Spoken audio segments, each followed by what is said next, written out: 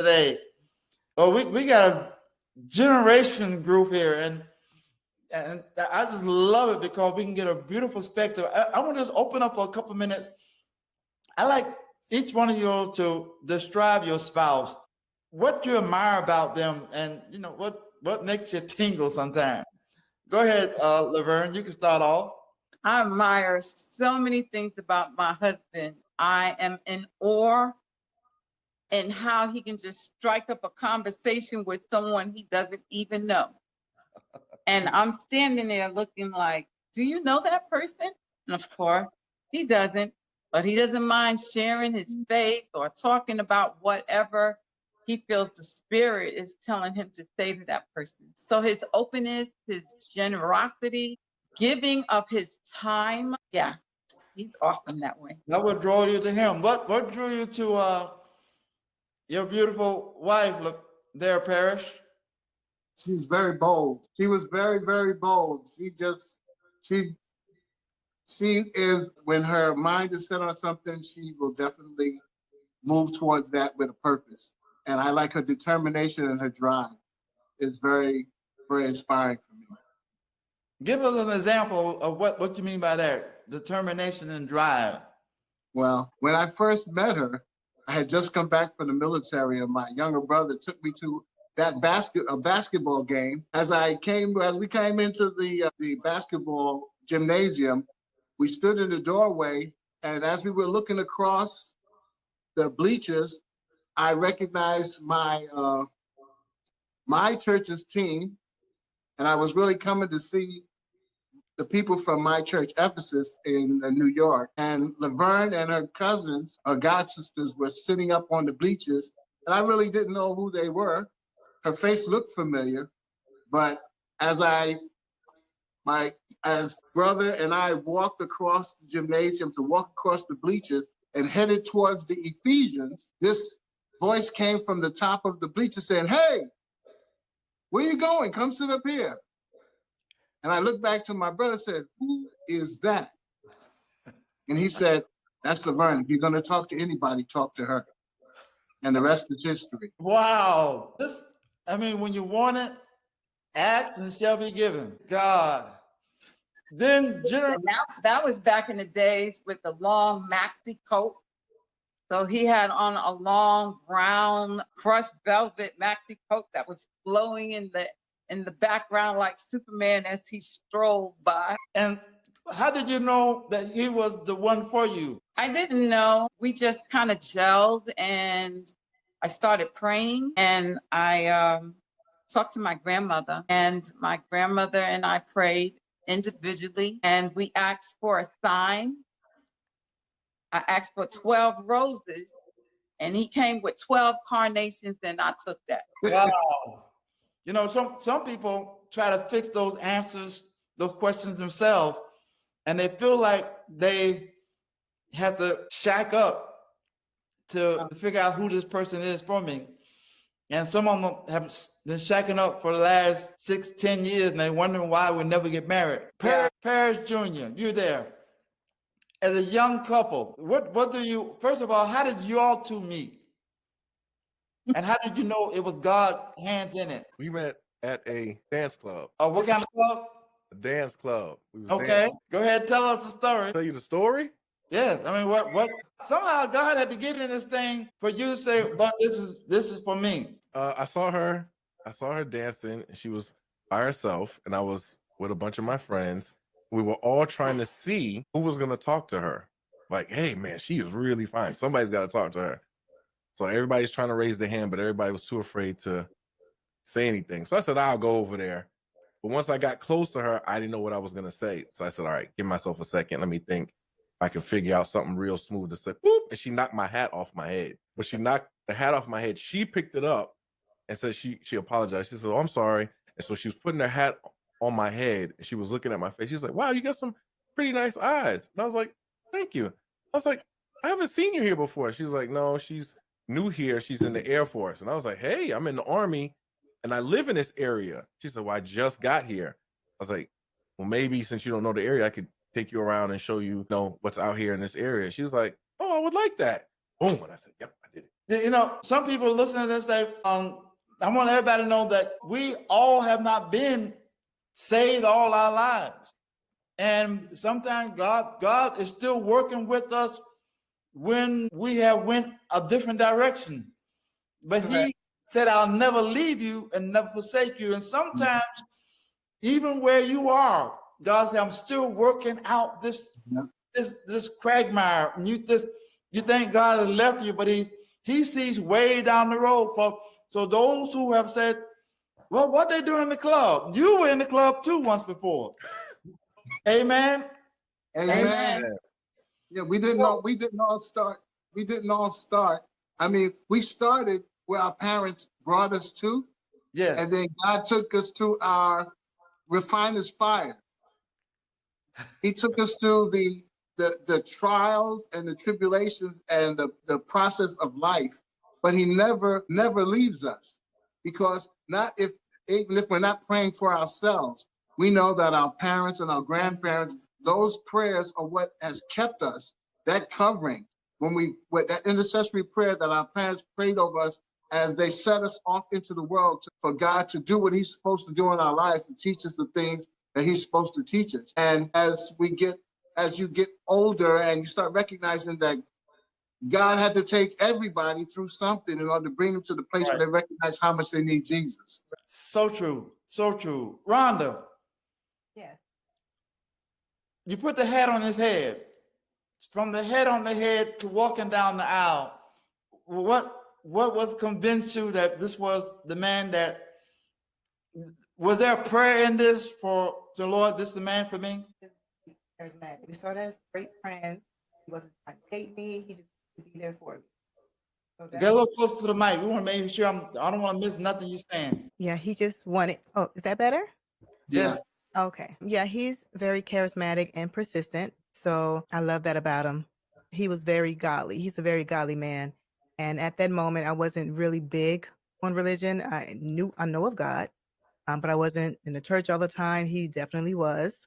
So he taught me some things and we were really good friends. And it was important to me that he started out being my friend. He wasn't trying to date me at first. He really wanted to be a good friend to me and be there for me. So that meant a lot. So I knew from then, this gotta be it. He's showing me more about God. He's bringing me closer to church, and he just wants to be there for me as a friend. And so everything built upon after that. Well, from the club to the church, I mean, where was that main transition that you say, I'm letting this go and this is going to be my format? What was it that brought that? It wasn't one thing. We had so many conversations. I met his family. We all had a natural bond. It was like I was meant to be there. So that meant a lot. You'll meet a lot of families, and my family is totally opposite from their family. So it meant a lot when I saw something different. So yeah, it was a natural bond between me and him, between me and his family. The moment we met, it was like I was planted there.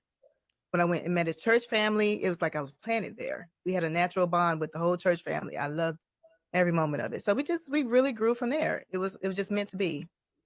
Wow. Laverne and Parris, has Satan ever tried to attack your marriage, your family? and what did you do when he tried to just knock the wind out of you? There's been, For me, as a young man, as a young married man, back in the day, we didn't have cell phones. We had maybe, they was just getting into pages. But as a young man, I had to take care of my younger brothers most of my life. So when I got a chance to be on my own, I went into the military. When I got out of the military, I was on my own. So being able to move about without asking for permission and stuff, that was the biggest rift in our relationship. And that, as we started to get to relationship coaching and that kind of stuff, I would tell people that small inconsiderations over a long period of time can wear out your marriage and your relationship just as big as quickly as some big thing that happens that you could probably be forgiven and forgotten about and be reconciled. But when you wear out small inconsiderations over a long period of time. And I wouldn't call. I would go play basketball right after work. And then by nighttime, I had been playing basketball so much. I'm on my way home. It's 10 o'clock. I'm on my way back home, and I haven't called my wife. And it's not that I was doing anything wrong, but her worrying about where I am and what I'm doing was causing a serious rift. And if it wasn't because we had a bond through the Lord, the rubber band was pulled as far as a rubber band could be pulled to stretch as thin as a rubber band could be stretched. And if it wasn't for that knot, that was our faith in God and our commitment for being together, yeah, it was tight there. A lot of tears, a lot of sorrow. Laverne, how did you handle that? No, that's conflict in the home. Here he's out playing basketball. He's not calling you, not paging you, and you're sitting there, and this most likely after y'all done talked about it. How did you handle that? You know what? Parris doesn't mind communicating face to face.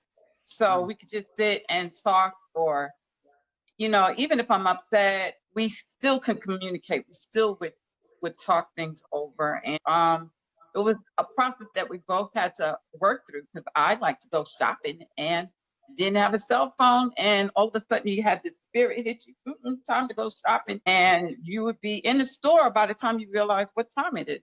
So, or what time it was. So I think for us, it was trying to build up a way to communicate where we both could listen and try not to talk to each other when we were angry, because you just couldn't hear or understand. Words would get lost or misunderstood. So we had to develop our own way of communicating, our own language, to say, hey, no, we can't go there right now. I need a minute, or let's talk about it tomorrow. You said, I like that. You said about talking to each other when you're angry. Well, how did you learn that that wasn't a good thing to do?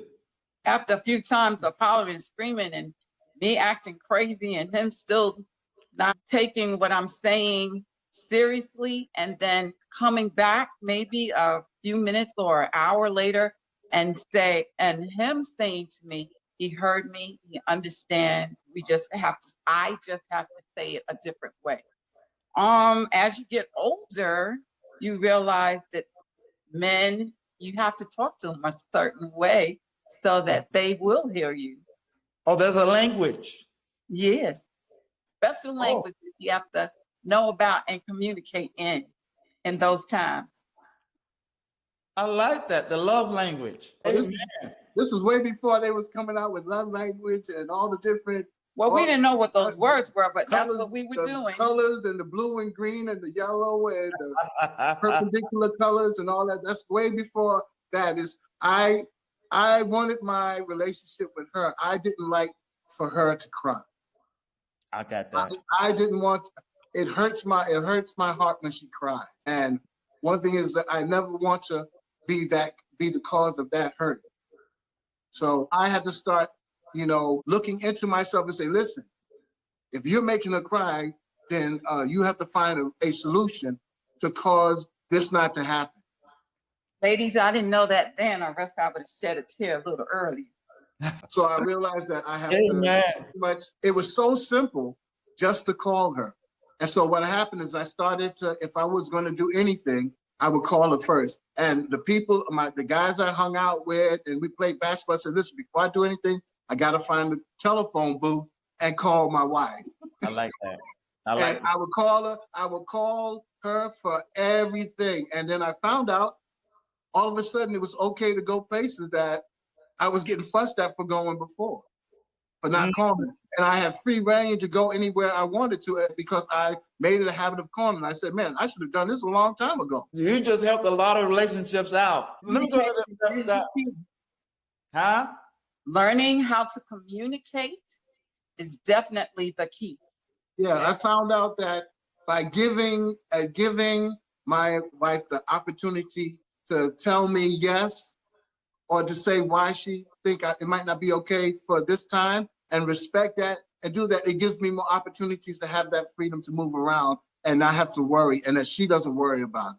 And we're moving on equal terms as partners, walking forward. And it becomes easier. And sometimes some things are just, I'll start recognizing that this is not going to be something I'm going to do because I know she's not going to like that. I love that. Let me go to our millenniums there, a young couple. How do y'all handle conflict? There's a new generation that come through, and we have the new generation now. You have more media, cell phones, and email, Facebook, and temptations. So where were y'all conflict, and how did y'all work those things out? What can you help with couples out tonight with? Parris and Rhonda. Well, one thing we really learned from the parents a lot. And one of the biggest things that we kind of stuck with is whether you can work it out or not, do not go to sleep in separate beds. Yeah. Stay in the same bed. If you can't work it out that evening, go ahead and get it done. If not, you got to wait till tomorrow. We'll still be mad, but you need to come on in his bed so we can go ahead and go to sleep like we're supposed to. Okay. Do not separate, just don't make the gap any bigger than what it already is. Just go ahead, let's sleep on it together, pray on it, and we'll talk about it tomorrow. Yep. Isn't that something? Yeah. And generally, after a snuggle session, you're probably not going to be mad the next day anyway, so them problems don't even make no difference. Now, what is a snuggle session? A snuggle session is when your AC is set to 68 degrees and both bodies have to be intertwined in order for you to fall asleep. I need to turn the air conditioning down. Isn't God good? He works this stuff out. The devil's always trying to just tear down relationships. And I know that personally. He tried to tear down those relationships because if he knows he can break the family down, he can break you away from your relationship with God. I like to talk about this. What method did you use in keeping the family together? Something about Sabbath is so rich. And many of those watching tonight on Advent Broadcasting Network are watching through Sabbath. So what did your family do that makes the unit so special and keeping that family bond close? Well, I come from a singing family. My dad's side of the family would just sing at any opportunity that they had. We would come together. One of the uncles would play the piano and we would just sing in harmony. I brought that to heart for me, that's what I wanted in my family. So when I met Parris and he could sing and I could sing, then we started singing together. After we're married and we have our children, all they know is music in the home. Wake up on Sabbath morning with music blaring. It's time to get up, and happy music and moving music. My grandmother's music. It just depends on the spirit that's moving through our homes. It's what we grew up on and what we wanted to be in our house. And the messages that came from that song, from those songs, what we wanted to use to strengthen our family home, our unit, our kids. And I come from a large family of 10, and Vern comes from a smaller family. So for us, all we had each other. So we would have Friday night worship, and we would all my dad would get the butterscotch candies, and he would bring them into the center of the table in the living room, and we would everybody would come sit around the table, and we would have worship. We would sing the songs that would welcome in the Sabbath, and then he would give a butterscotch for everybody who had a memory verse. And everybody would have to recite a memory verse and try not to use Jesus every time. And then we would go around. And he would do like challenge show. We would sing, and my younger brothers and I would get up and sing songs from the Harmonic Four, and my sisters would get up and sing or recite a poem or something. But that was Sabbath Friday evening for us. And then when we closed the Sabbath, we would go ahead and go through the same process again. The family would come together, We would play Mount Sinai when the Sabbath was over, the board games and stuff that they had for us to play. And we would spend playing Mount Sinai as we would go around as a family. And that's what I remembered. And Did my you brother carry any told of that me, over to the family? Did you carry any of that over to the family that you have now? well, right now, what we're doing, since the pandemic, I realized that the mission field that we had was trying to instill those things back into our children, because they all have their own families, and we figured the best way to minister to them and to kind of get back to some of the stuff that we remember is to use it through music, because they're musical. So what we decided to do was take a spiritual song that ministered to them every week, and one at a time they would pick a song, and that song would be the song that we listened to during the week. And on Sabbath evening, we would all come together at 7 o'clock, and then we would close the Sabbath with everyone speaking about how that song ministered to them and how they had whatever trial was going on through that week, how they were able to manage through. And then we You put would it online, or everybody come together? on Zoom. Everybody on Zoom from wherever they are. Everybody would come on to Zoom. Yes, and that's what we've been doing that since how many weeks? How many months? January. Since January, and we still do it now. And Rhonda, what is that like on Sabbath afternoon, hooking up with the family? How has that enriched your family, or has it broadened your horizon in the home, having that family evening worship or sanctuation? Yeah, it helped a lot because last year was really hard on everyone. Churches were closed. We couldn't really meet up with each other. We missed a lot of family gatherings. We had a lot. So 2020 was really bad. When we started this in January, thanks to Mom and Pop, they came up with this wonderful idea. So it gives us all a chance to just sit and talk. It's also not just counseling, but a therapy session, is worship, it's devotional, it's a little bit of everything in this 1 hour, maybe hour and a half that we're in this session. We've started again. Yeah. We were going to do it for a little while, but it just continued because every week we all have something to get off our chest.